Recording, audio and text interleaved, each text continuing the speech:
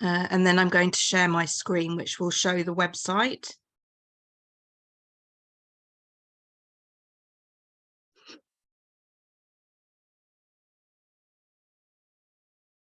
Hopefully everybody can see that clearly. This is our website, which is campaignrealcare.org. And along the top, you'll see all of the options for the different sections of our website. And the section we're looking at is the self-assessment toolkit. So Colin has briefly explained the introduction, given an introduction to what the toolkit is about, and gone through the fact that there are 5 stages. So now we're going to go through, if you go on the website, you can read the introduction again, and then you will click to go to stage 1. And stage 1 is called Understanding Wellbeing. Understanding wellbeing is key to understanding the Care Act 2014 and the rights it gives you.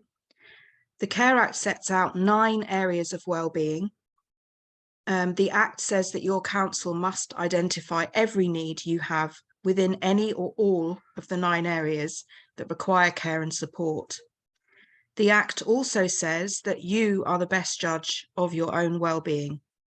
So, at stage 1, you must take time to think about each of the 9 areas and your life in relation to them. How could care and support improve your well-being in each one? So these are the 9 areas of well-being. You've got your personal dignity, including your treatment with respect, having control of your day-to-day life, including over your care and the way in which it's provided, your domestic and family and personal relationships, your physical and mental health and your emotional well-being, your participation in work, education, training, or recreation, the suitability of your living accommodation, protection from abuse and neglect, your social and economic well-being, and your contribution to society. Once your well-being is good in each area, this could be considered as having achieved independent living, as defined by the UN. This says that states must recognise the equal right of all persons with disabilities to live in the community with choices equal to others. This is a point that the campaign actually agrees with the government about, that the statutory guidance to the Act says the concept of independent living is a core part of the wellbeing principle.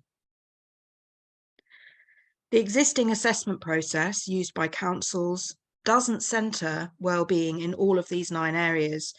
Instead, it loosely refers to well-being, in quotes, but doesn't specify what that means or how it is measured. This inevitably leads to councils having an insufficient understanding of what you as individuals need to achieve well-being, and therefore the type of services and or processes that would enable you to thrive. If you can demonstrate that you know your rights under the Care Act and have a good understanding of your needs in relation to the wellbeing areas, you will be in a strong position to get what you need. At stage 1, it can also be really helpful to talk with family and friends about the wellbeing areas and really make sure you have thought through them as thoroughly as possible. Making a note of your thoughts might be helpful to you as well. Sorry, but there is no need for too much structure at this stage. Think of it more as a kind of brainstorming opportunity, but guided by the 9 areas of well-being. This stage really is the most crucial in terms of establishing the foundation for your self-assessment. So it's important to take your time and try not to be influenced by the limitations of what you may have been offered before. The choices and options you currently have may be vastly removed from what you really need. Although it can be difficult to move away from thinking within current restraints, this is your opportunity to imagine things differently. The outcome of this process should represent your vision of the best your life could be, which is possibly far removed from the way in which you're used to thinking about your needs for care and support. Once you feel satisfied that your thoughts are clear around the areas of well-being in relation to your life, you are ready to move on to stage 2. There you will organise your thoughts into a format that relates more directly to how councils undertake their eligibility assessments. So that's stage 1, and then on the website you will click go to stage 2, which is a button at the bottom. And now Colin will talk about this stage. Right, thanks, Charlie. This stage, as Charlie says, is all about taking all of that kind of, imaginative thinking about how your life should be and organizing your thoughts into actual needs. Now, the first point to make here is the important distinction between wants on the one hand and needs on the other, because the distinction is very important. Now, councils usually start the assessment by asking you what you want. Now, this gives the appearance of two things. The first is that you have got choice and control, is being driven by what you want. And the second is that they're treating you as the best judge of your well-being, which is what the Care Act requires. But while they start the assessment with what you want, they end it with them saying what you need. And the Act is perfectly clear. All decisions are based on needs, not wants. So stage 2 is about taking control of the decisions as to what you need. And you have to organise your thoughts to do so. Now, there are two parts to your self-assessment. The first we call your story. And this is the kind of big picture view of you and your life. It should be short and to the point. It is about why you need care and support. And the importance of this is that it provides context for the next part, which is your specific needs. And these specific needs are what drive decisions about the resources you require. Now, each specific need should consist of the following 3 parts. The first is the issue you are having to deal with.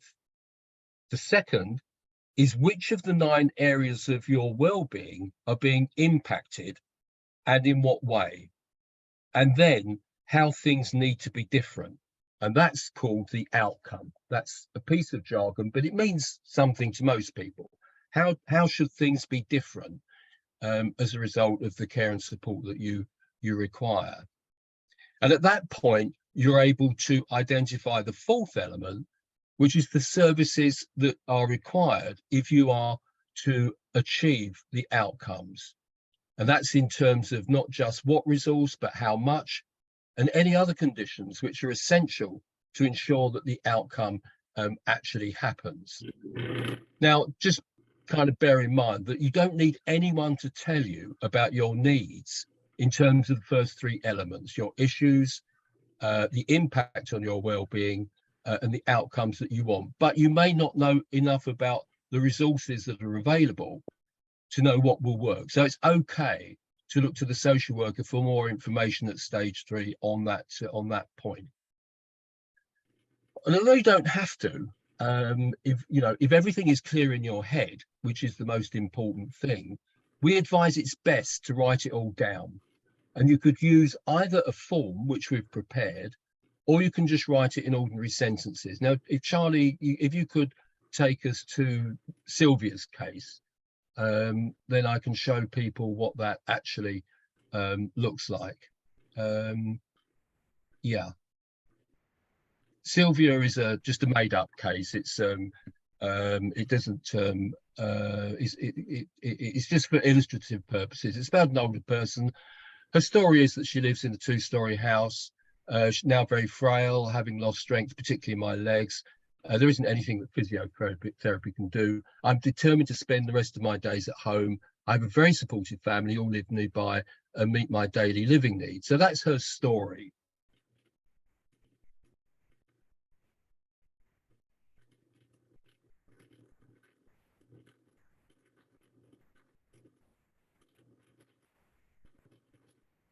Has anybody else lost Colin?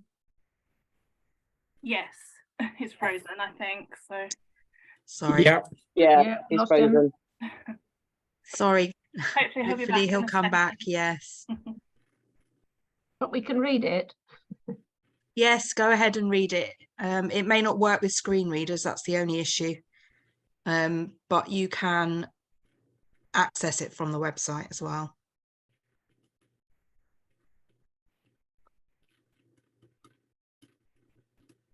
While we're sitting here, whereabouts can we see the website address, please?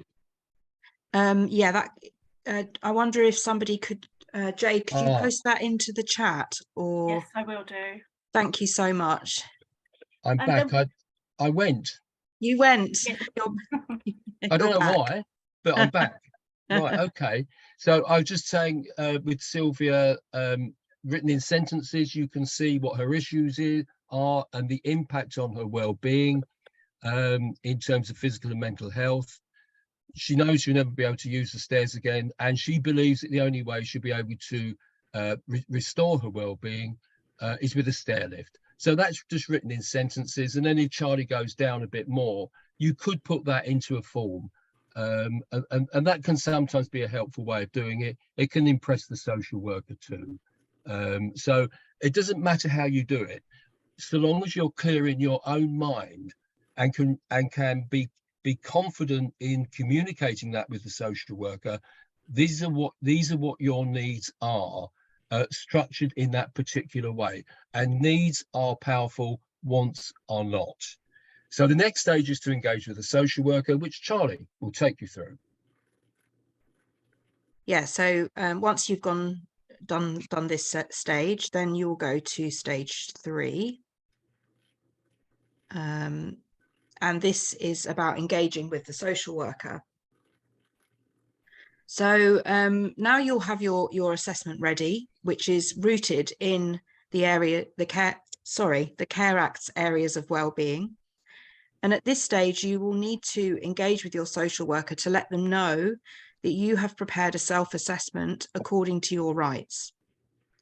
You will need to make it clear that you wish to work with them to ensure that your view of your own needs is used to shape your care plan or budget for personal assistance. We have created a template letter for you to give to your social worker along with your self-assessment in whatever format you decide to use. And this letter tells them that you know and understand your rights and to please respect those rights. So I'll just click on that link there just to show you what the letter looks like. So you can see here, it explains what you are asking of the social worker in points. And it asks, specific things. I can read through it, but I think that might take too long. So it might be easier for you to just look on the website, and it also lays out the 9 areas of well-being, so that the social worker knows what you're referring to. So that's, that's the letter. Not very good at technology, so I give it. Many social workers will welcome working with you in the way that the letter asks them to. They signed up to a code of ethics, and they undertook their role to act as your advocate.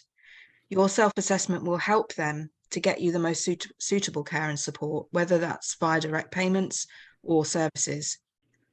However, as you are well aware, they also face pressures from within the council system to stick to set budgets. Indeed, as Colin will expand upon, they must make your needs fit eligibility criteria in order for you to get the most support possible. This can mean that instead of having meaningful choice, you are forced to accept whatever they have to offer or have nothing at all. This is deeply uncomfortable for many social workers, but they do the best they can to secure you funding within the current system. What is important to remember here is that you are absolutely doing things according to the law if you follow the toolkit, and the social worker has a duty of care to listen to you and to put your views on record. Hopefully you will find that your social worker is receptive and wants to make this work. So now Colin will explain more about making eligibility work for you. Right. Now this is key.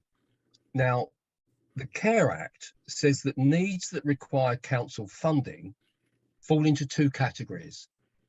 One is a legal duty to meet, whatever the cost, and the other is needs that the council has a power to meet.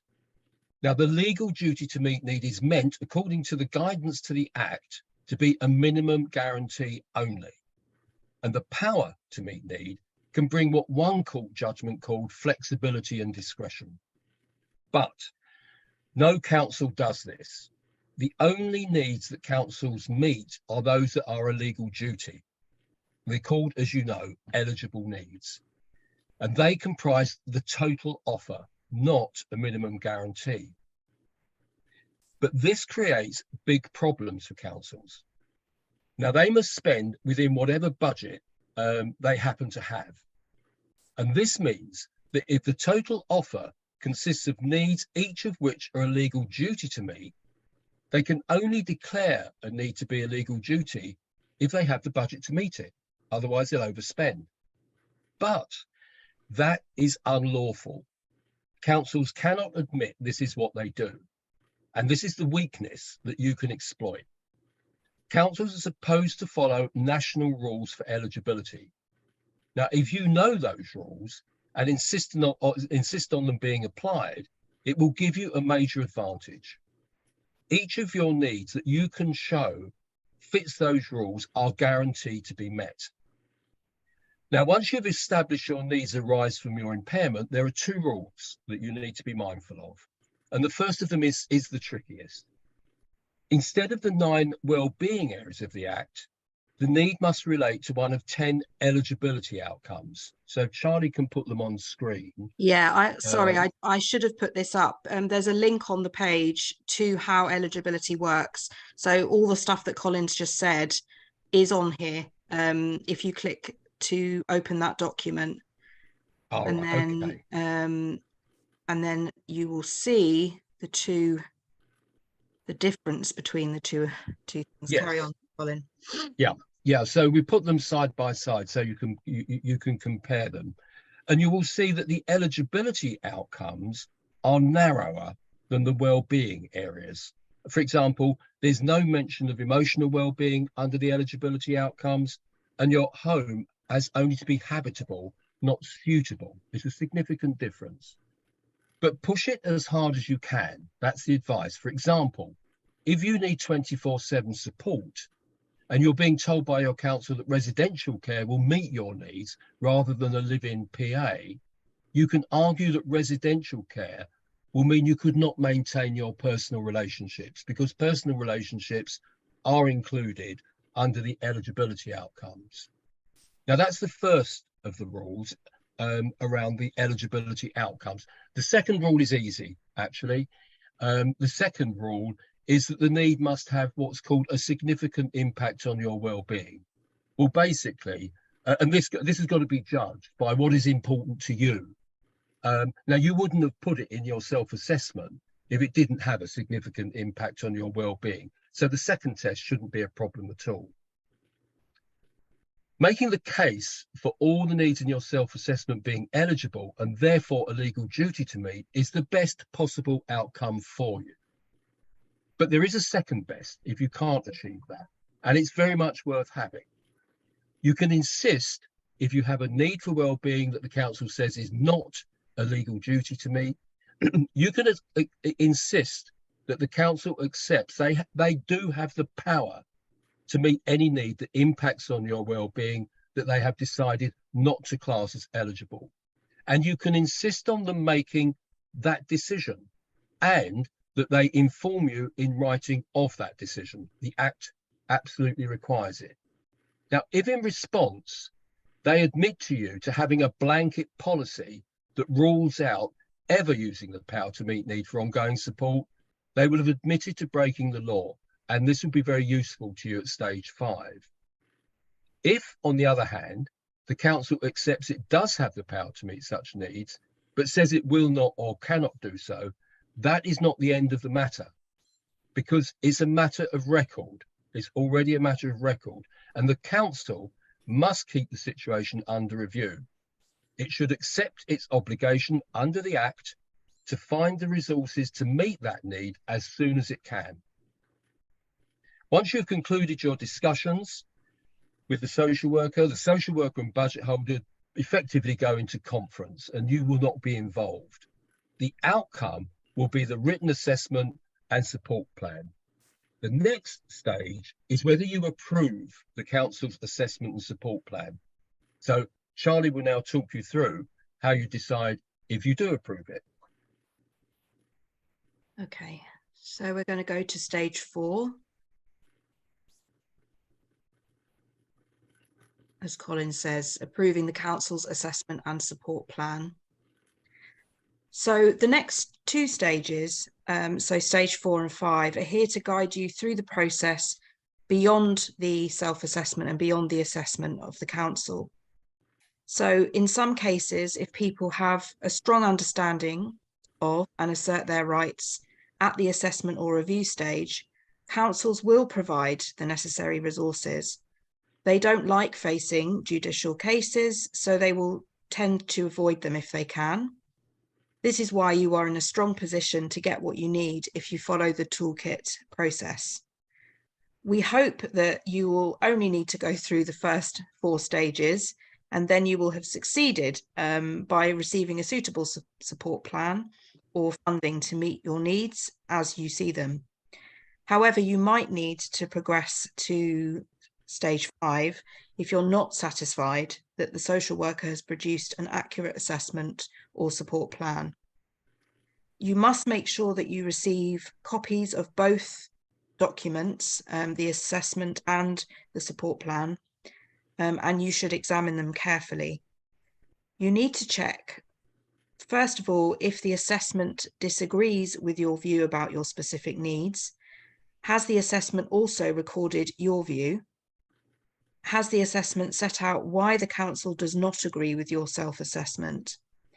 And then secondly, if the assessment or support plan does not regard any of your specific needs to be eligible, is a reason given?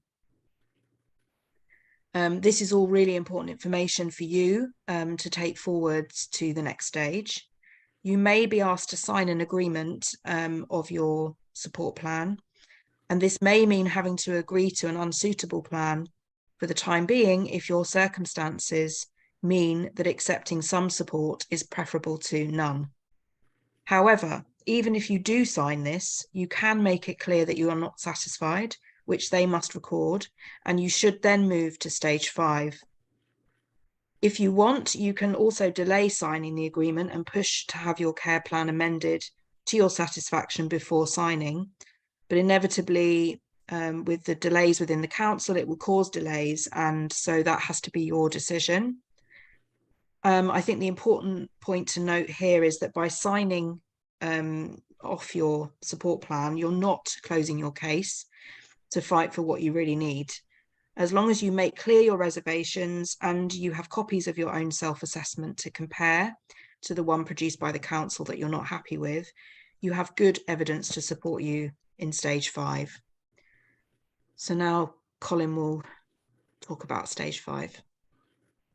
Yeah, well, this is, you know, if you are going to challenge the council, and the first thing you need to do is to be clear about your arguments in challenging, and is it concerning the range of your needs for your well-being, or the decisions about which of your needs are eligible, or the service or the amount of service offered to meet your needs, or a combination of all three.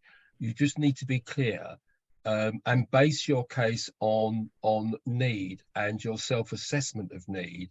Going back to the earlier point, more than what you want.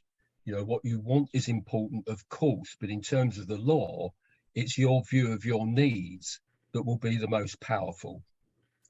And then there are three levels at stage 3. First is the informal, which is a discussion with your social worker or manager. You have to do that, even if you think it's hopeless, because the next stages don't happen until that informal process has been gone through. But it may actually make a difference, because it could make a difference if the budget manager actually sees you in person, because usually they don't. Or you could start to make them nervous about you having too strong a case. But the next level up is the formal complaint to the council, and the social worker must give you the information about how to set about that. And if that doesn't succeed, then you're talking about challenging the council as a whole. And there are two main ways in which you can do that. The Ombudsman, which is free, and the Ombudsman is increasingly alive to councils not working to the Care Act. It's something that the Ombudsman is increasingly concerned about. That's an option. Or legal challenge. I mean, legal challenge, of course, can involve costs, and they can be significant. But on the website, we do actually provide you with a link to a charity of lawyers that provide pro bono legal advice. They're called Access Social Care, and they have a 98% success record. So absolutely think about that. And finally, here we've got a layperson's guide to the Care Act, because the more you understand the Care Act, the stronger you will be. So we hope that guide is as accessible as possible, and it will just expand and elaborate on some of the messages in the toolkit, and which Charlie and I have been taking you through. So that brings us to the end of the presentation. So I'm aware that there have been some comments posted in the chat box. I think, Jade, you've been monitoring them. We've got 20-25 minutes for questions and comments. That was absolutely fantastic. Thank you so much. And it's so nice to hear concrete examples on things. Often when I hear people talk about this, it's all quite woolly. And so I think the way you've put this across is really helpful and fantastic. The first question is not quite in order, but I thought it might be an interesting one to start with. Someone's asked who you are as an organisation and how you're funded, and if you're a charity. I thought that would be great to talk about the amazing work you do very quickly. So yeah, should we start with that one? Shall I take that one, Colin? Yes, go on, Charlie. Yeah, so we are, first of all, we're not funded. We have no money at all. We are all volunteers. We are a range of people who have experienced social care from all different aspects. I'm personally a disabled person. My sister is autistic and learning disabled, and my sister has been in receipt of social care her whole adult life. And Colin is a retired social worker who was very agitated with the system within which he was working, and therefore has dedicated his whole retirement to fighting the system. So, and there we have other members who are a combination of family, carers, disabled people. Yeah, so we're a mixed group of people working together to unveil the truth about the Care Act being breached, and try and reach as many people as possible to empower people to understand their rights and to get what they need.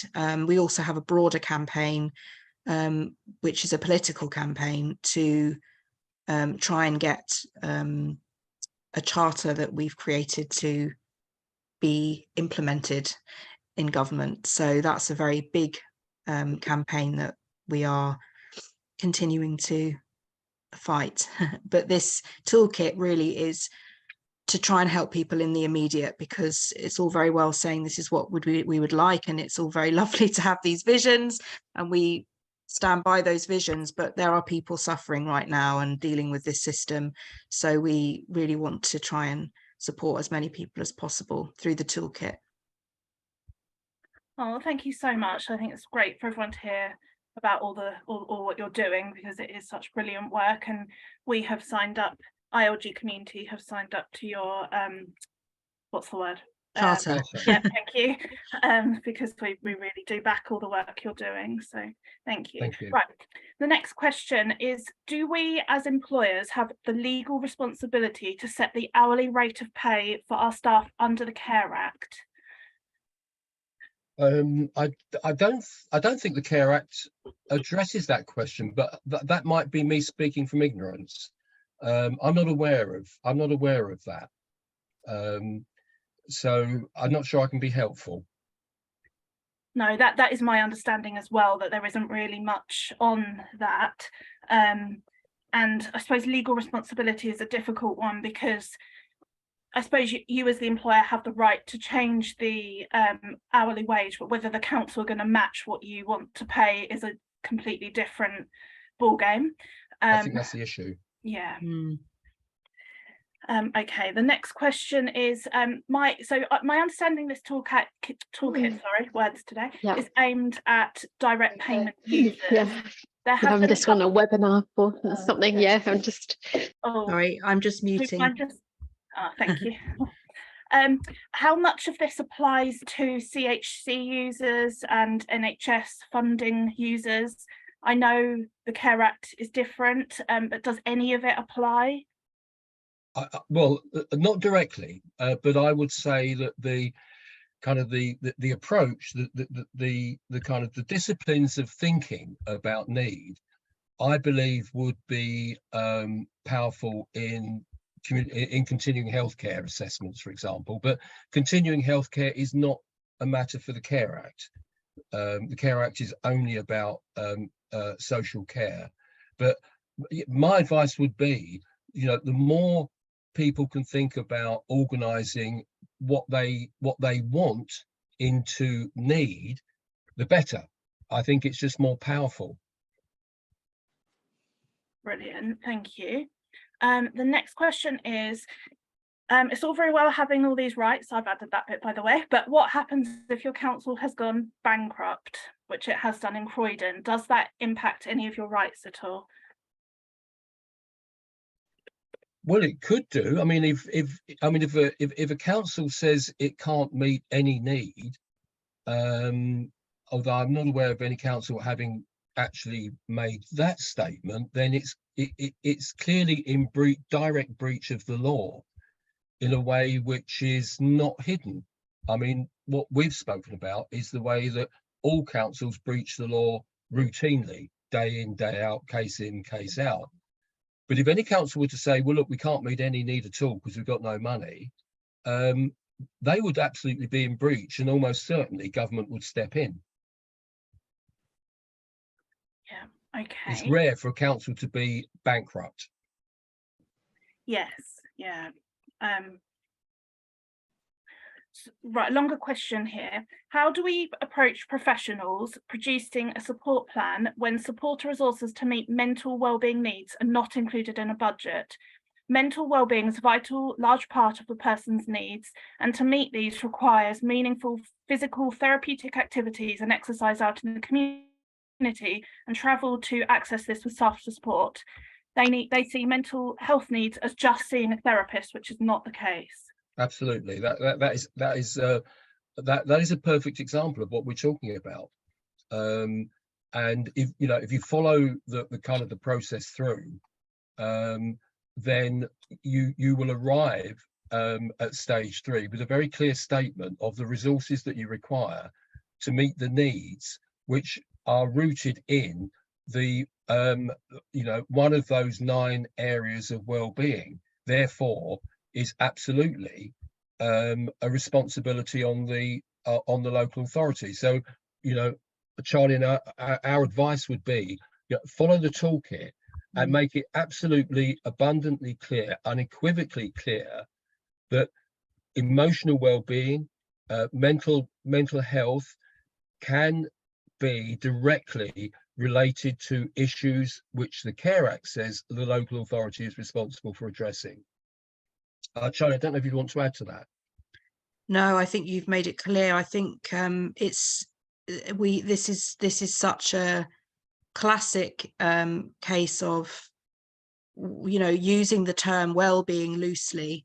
It doesn't actually mean anything, and the thing with the Care Act is that it didn't use it loosely. The Care Act was very clear what well-being meant and gave these 9 areas, and what you're talking about specifically fits within those 9 areas. So you absolutely have the case to say that the Care Act is not being followed as it should be.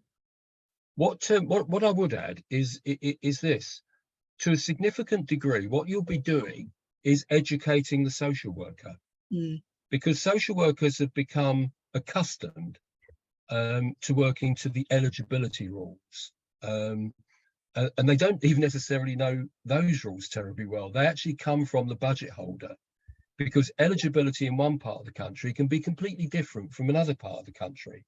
It's basically budget holders say locally, well, this is what we can afford and this is what we can't afford. And if it can't be afforded, then it's not even considered. Well, you know, the health service can do that, or someone else can deal with that. It doesn't even get into being considered.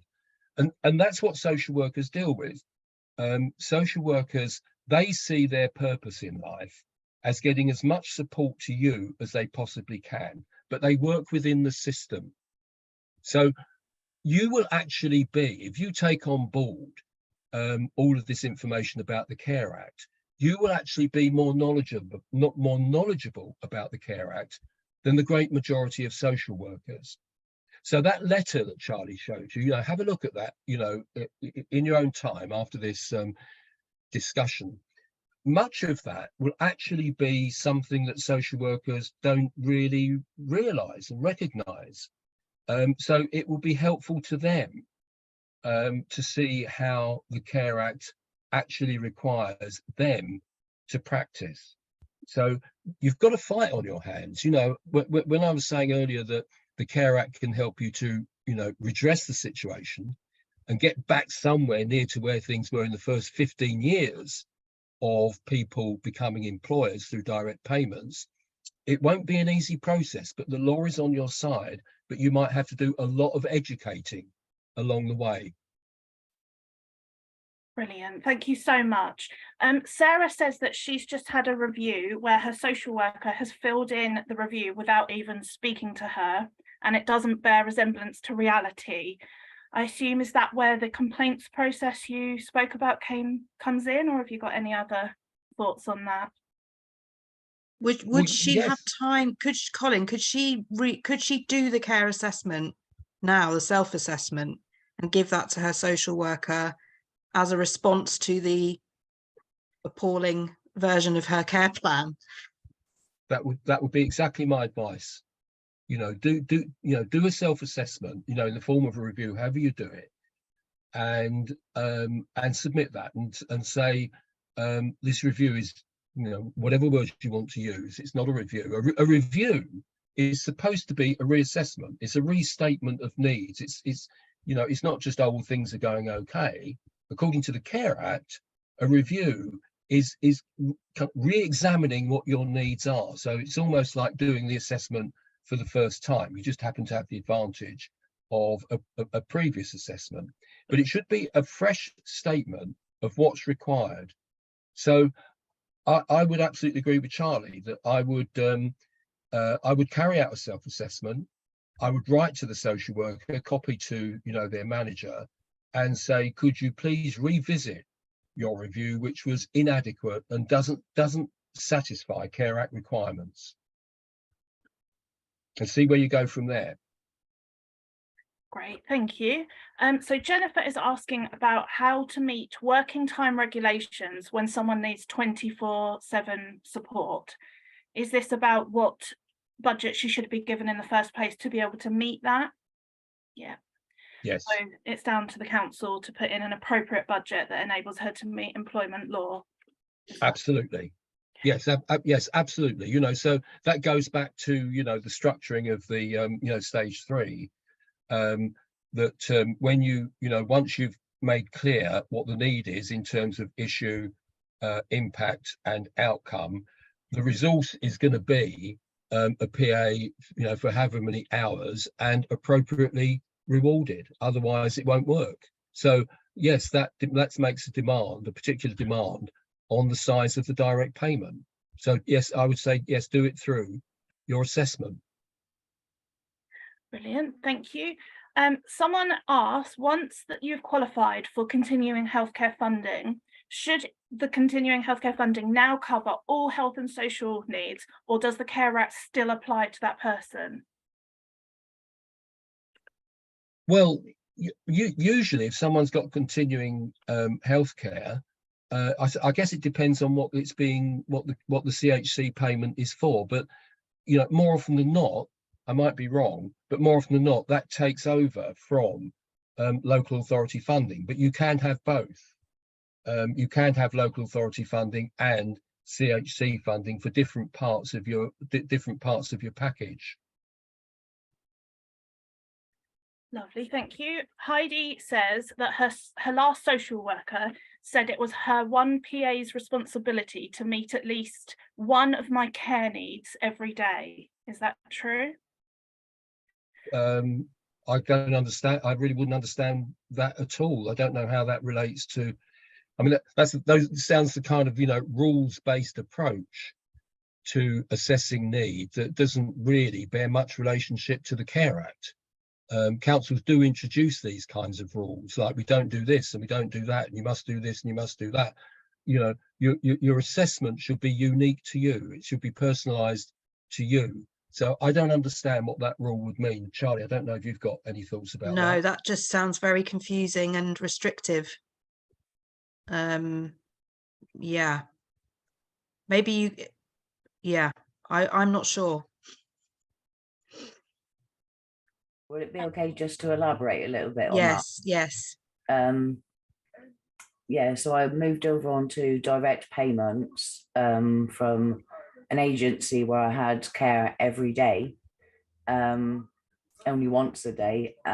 Anyway, when I moved over onto direct payment, because I only got 20 hours, I could only employ one PA.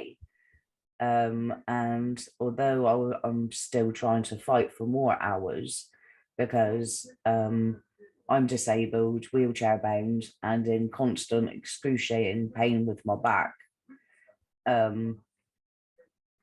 But yeah, I was declined more hours, and instead my social worker turned around and said, no, it's your responsibility to make sure it's your PA's responsibility to make sure that they're meeting one of your care needs every day. And I just thought, how can I expect somebody to work 7 days a week continuously? That's completely unrealistic.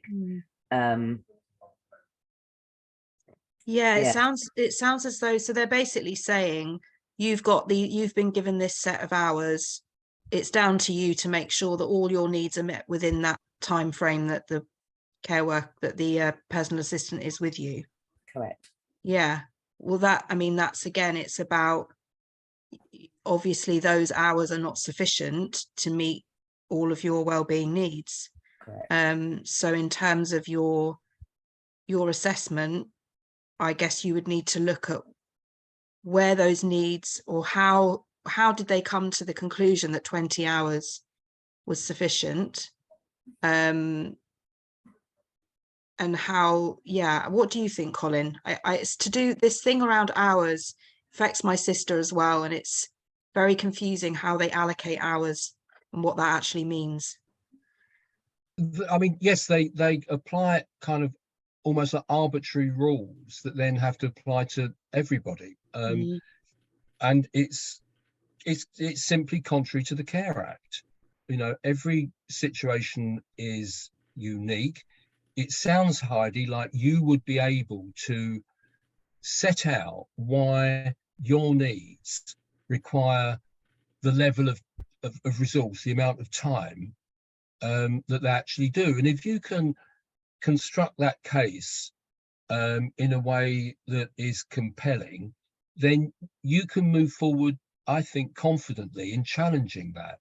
You know, what councils tend to do is to sort of, you know, shuffle you off into saying, well, that's what she wants, that's what Heidi wants, you know, and that's like the, you know, the death knell. You know, if they say, well, that's what she wants, because what you want doesn't mean a thing. It's what you need. So if you can construct your argument on the basis of, well, look, what you're proposing won't meet my need, not my want, but my need, then you'll be in a much stronger position. Does that make sense, Heidi? Yes, it does. I was just typing out it didn't take into account anything I was saying. Yeah, since I've had care,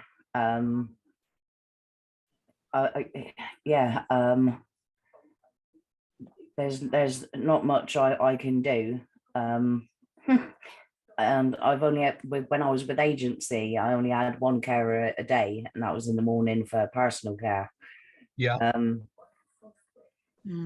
And then a few extra hours, I think, for food shopping and preparation, because my kitchen wasn't adapted. I mean, my kitchen wasn't even looked at for home adaptations. That's another story, though. But have you, Heidi, have you got someone that you could go through the toolkit with? Because I think if you did follow the toolkit and you do your own self-assessment, and then you send that to your social worker, then you'd be on the road to actually getting something sorted out, because this isn't appropriate, obviously, clearly. Yeah. How do you go about getting a social worker, though? Because to my understanding, he made it quite clear that he was only there to move me over onto direct payments, which is what I wanted. But at the same time, I also wanted a review into my actual needs. But he completely ignored that, shifted me over onto direct payments. And then he was like, yeah, I've case closed. You know, my social worker. Yeah, so I don't have a social worker currently. Well, the fact that you're on direct payment doesn't mean to say there's not a social worker involved, because, you know, the social work team and budget holder, apart from anything else, determines the size of your direct payment. So it might not be him, it might be somebody else, but under the Care Act, the local authority has still got a responsibility to assess your needs in order to determine the size of your direct payment. So if you got no contact, no details at all? No. Well, I think the first thing you've got to do is get someone. There will be somebody. It might be a direct payments team or a budget holder, but somebody will be responsible for decisions about the size of your direct payment, because that, at the end of the day, is what it's about, I think, isn't it? What council are you with, Heidi? Plymouth City Council. Plymouth. Colin, maybe we can have a look at Plymouth and see what if we can get hold of a contact for Heidi. Yeah. Sorry, I don't want to take up any more time, because I know other people have probably got questions. Okay. Yeah, we'll help you if we can, Heidi. Thank you. Right, the next question is, can you do a combined personal health budget and personal budget? Well, again, the answer is that is best practice, isn't it? That you know, personal health budgets and personal budgets are supposed to be integrated. I have to confess I'm not up to date with how personal health budgets are going. I have to say I was very skeptical about them, just as I was skeptical about personal budgets, because I don't think they actually exist. It's just a question of, you know, health funding some needs and the local authority funding some other needs. Personal budgets don't actually exist. you know, a personal budget is defined by an upfront allocation of money. You know, the amount of support that either the NHS or a local authority gives you is sometimes called a personal budget. But all it is a financial calculation of how much it's going to cost the council or the NHS to provide the services that they've decided to offer you. It's not a budget at all. You know, it's just an administrative process. The NHS isn't governed by the Care Act, but if you have developed a strong self-assessment using the Care Act, then it can also be very persuasive when it comes to any NHS resources which might also be required. That's my advice. And what are the differences between continuing healthcare funding and a personal health budget? Are they the same thing, or does qualifying for one then entitle you to the other? That's a good question. I'm not sure I know the answer to that. Continuing healthcare tends to pay for care and support that either the NHS or a local authority can provide. Often it's in, you know, more often than not, it's in residential and nursing care, but not always. You know, it can be high cost domiciliary packages can be funded by continuing healthcare. And of course, the big advantage of that is that there's no charge. You know, it's free at the point of delivery. Personal health budget are things that that fund things that are more usually directly associated with the NHS, you know, like therapies, etc. So that, I think, tends to be the main difference between CHC and personal health budgets. Great, thank you. A question was asked by the local authority: were there any parts of the support plan that is already delivered from a block contract or an already commissioned service? And if so, would a direct payment potentially destabilise those services? How could this be responded to for personalisation? Well, that's a really good question. Do you want me to answer that, Charlie? Yes, sorry, I missed that. What? I'm just responding to another question in the Oh, chat. okay, okay. Well, that's a very good question. It's a very big question, actually. It relates more to the charter than to the toolkit, because, you know, the problem with commissioned services is that they tend not to be terribly personalised.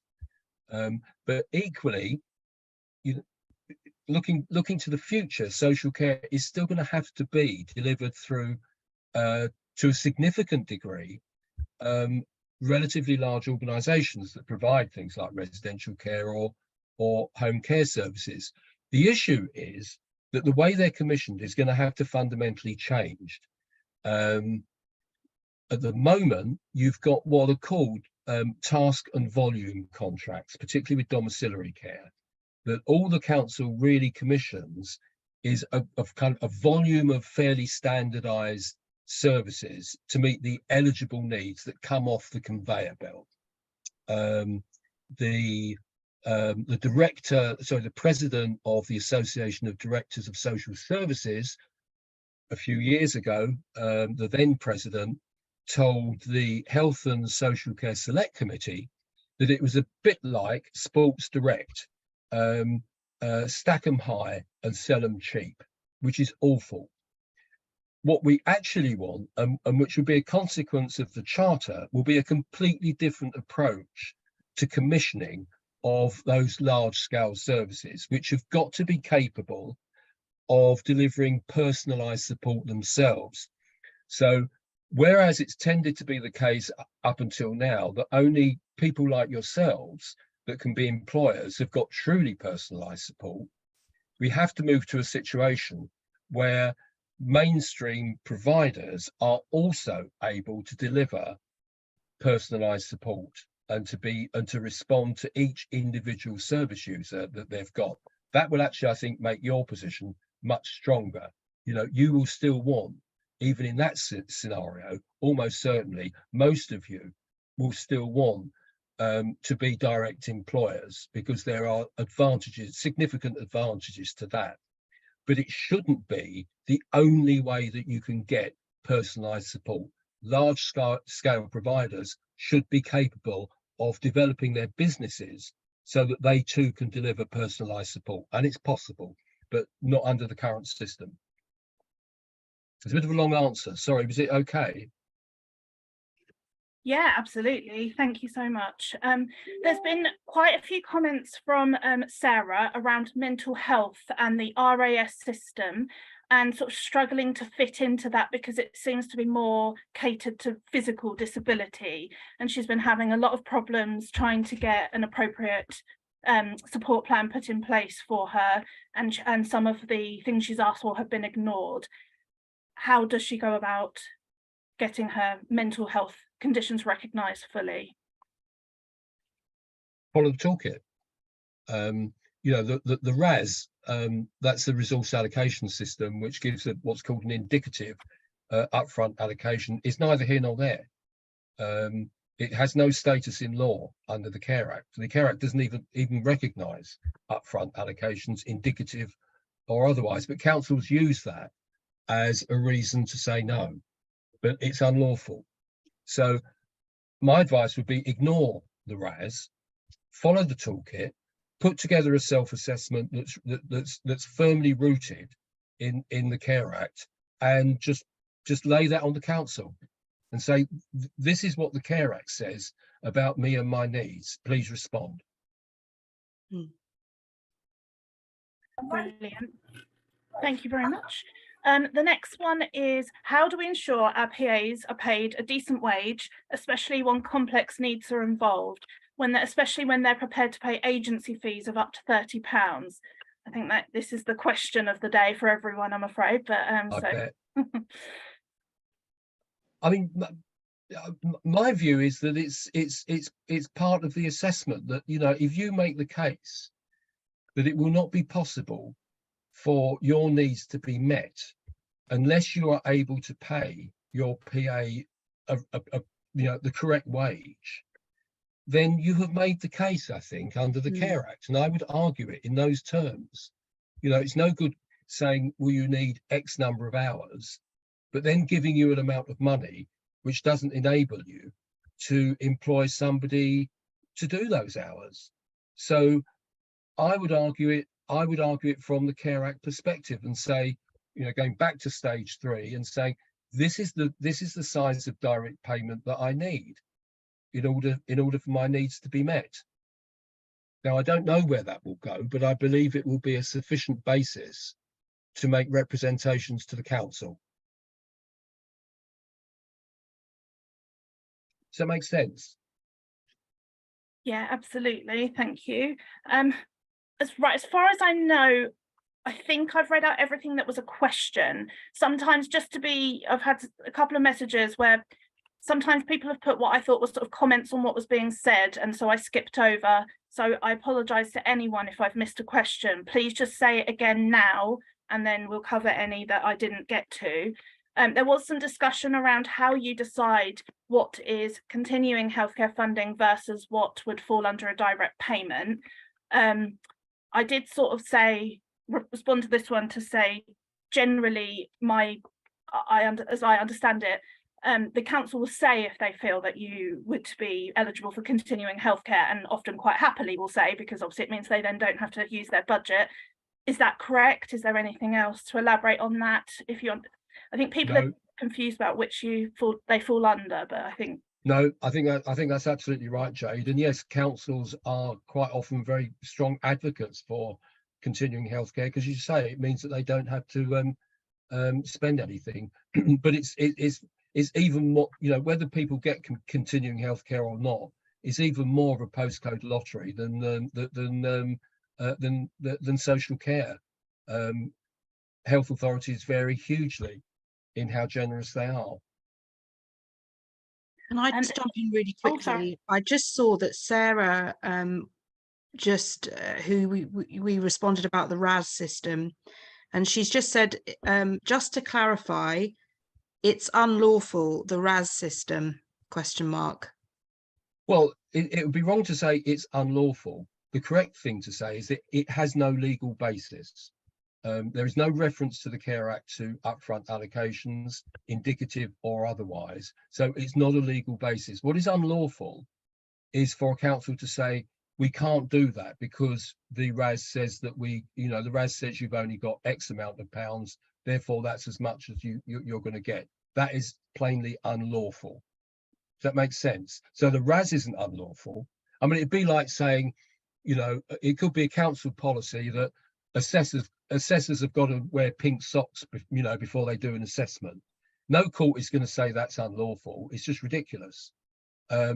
So no court will say a RAS is unlawful as an indicative upfront allocation, but the court would say, I'm almost certain, that it would be unlawful for a council to say, we can't give you X amount of money because the RAS hasn't included it. That would be unlawful.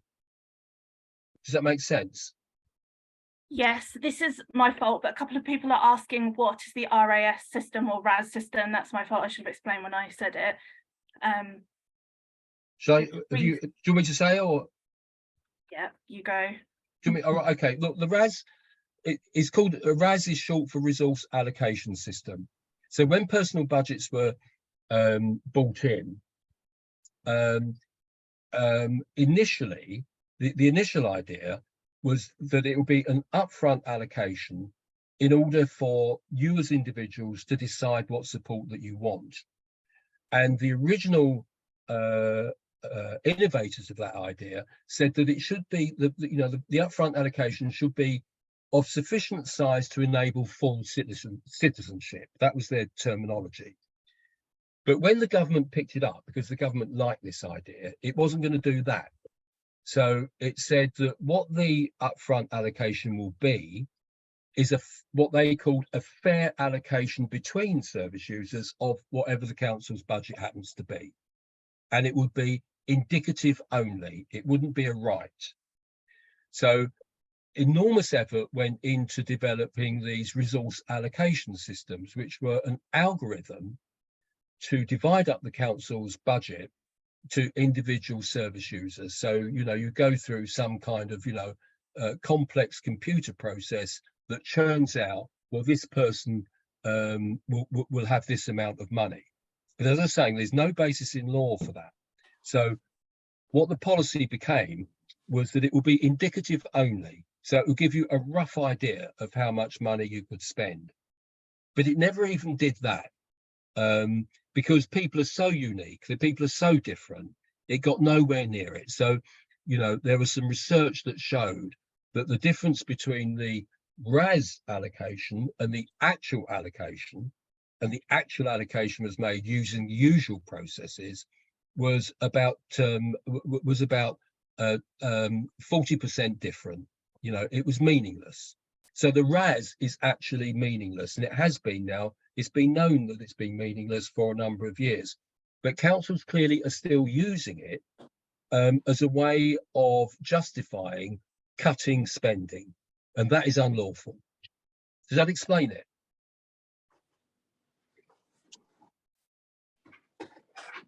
Yeah. Can you hear me?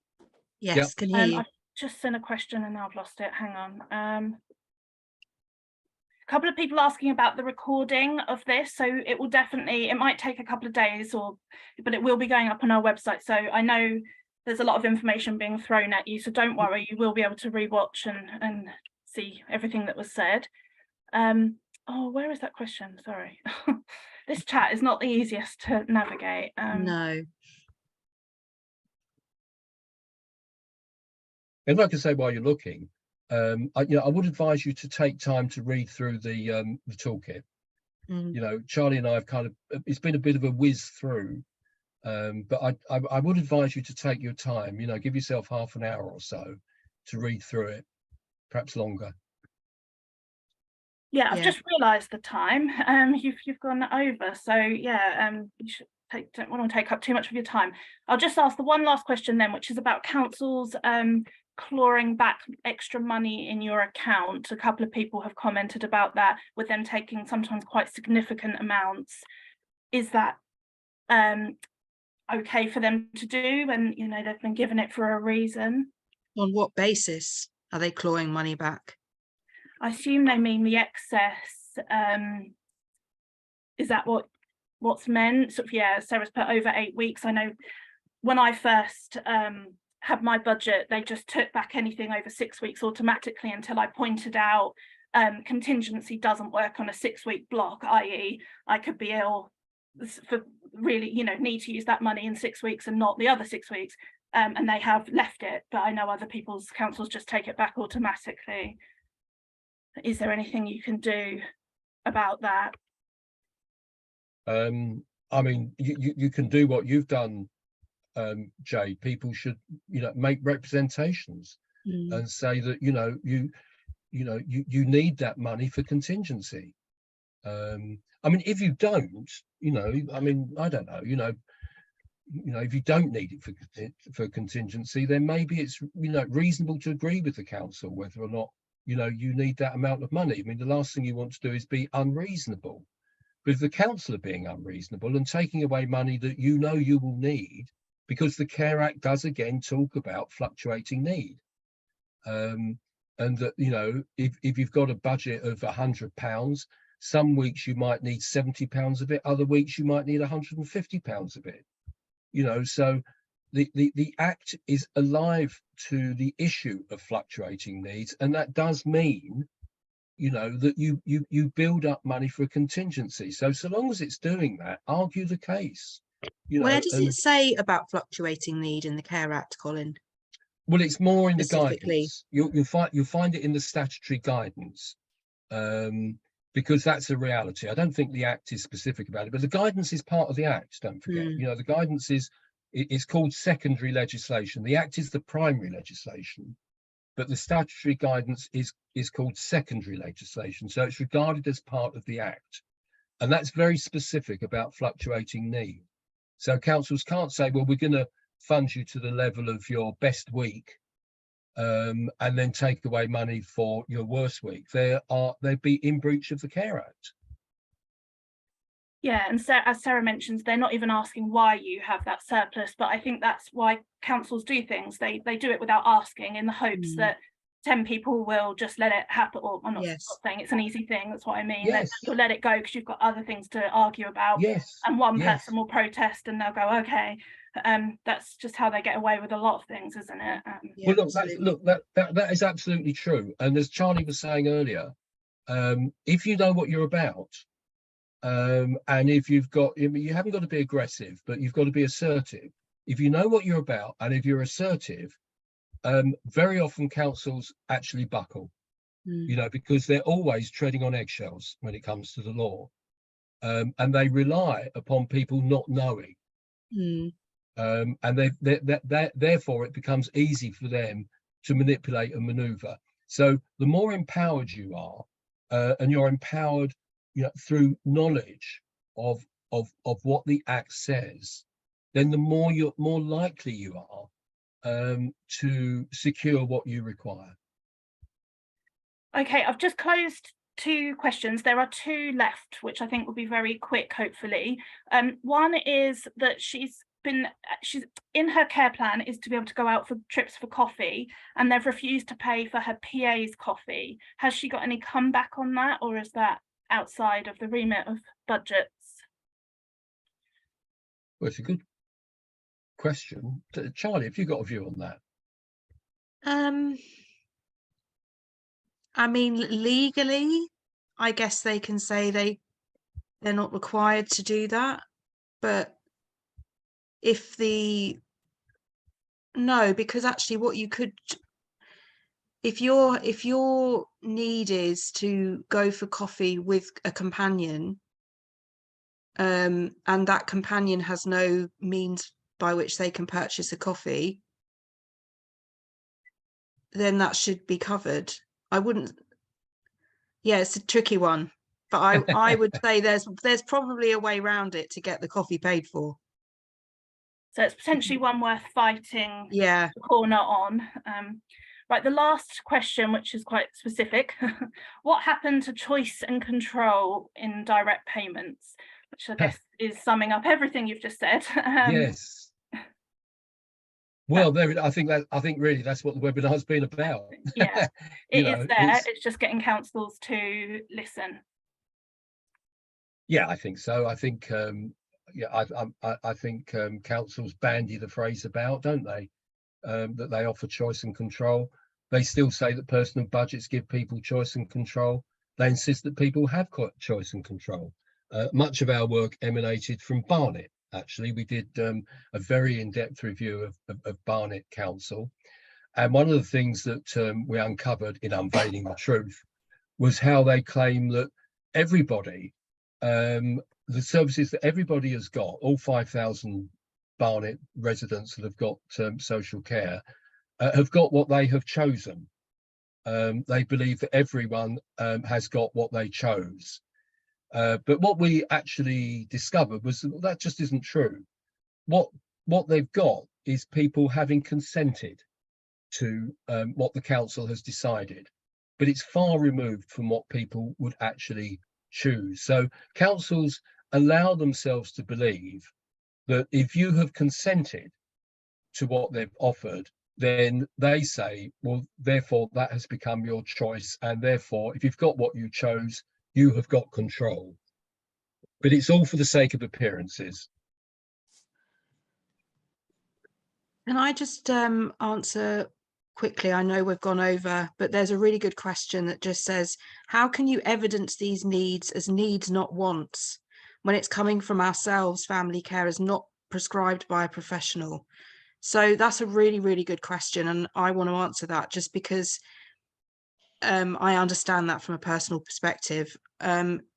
Having it specifically says in the Act, in the Care Act, that the people who best understand and know their own needs are the people who are asking for care and support and their family. So it is in the Care Act that you are the person who the assessment should be centered around, and your view of your needs is the view that is most important, and you've been made to feel that it's not, and that you're asked as a kind of secondary thing what you might fancy, and that the professional is the person who knows all the answers. The reality is, and you're just being undermined all the time by the system. So just try and know that it is your view of your own needs that is the one that, under the law, is the most important, and it is in the Care Act. So that is your strength and your power. And also, just quickly, somebody's just talked about Northern Ireland. We had a meeting the other day with Disability Action in Northern Ireland, who we're going to be working closely with to create hopefully something similar, because you've got similar issues with your laws there as we do in England. So watch this space for Northern Ireland. And just on that, I did state in the description of this event that it was aimed at members in England, just because of the toolkit being specific.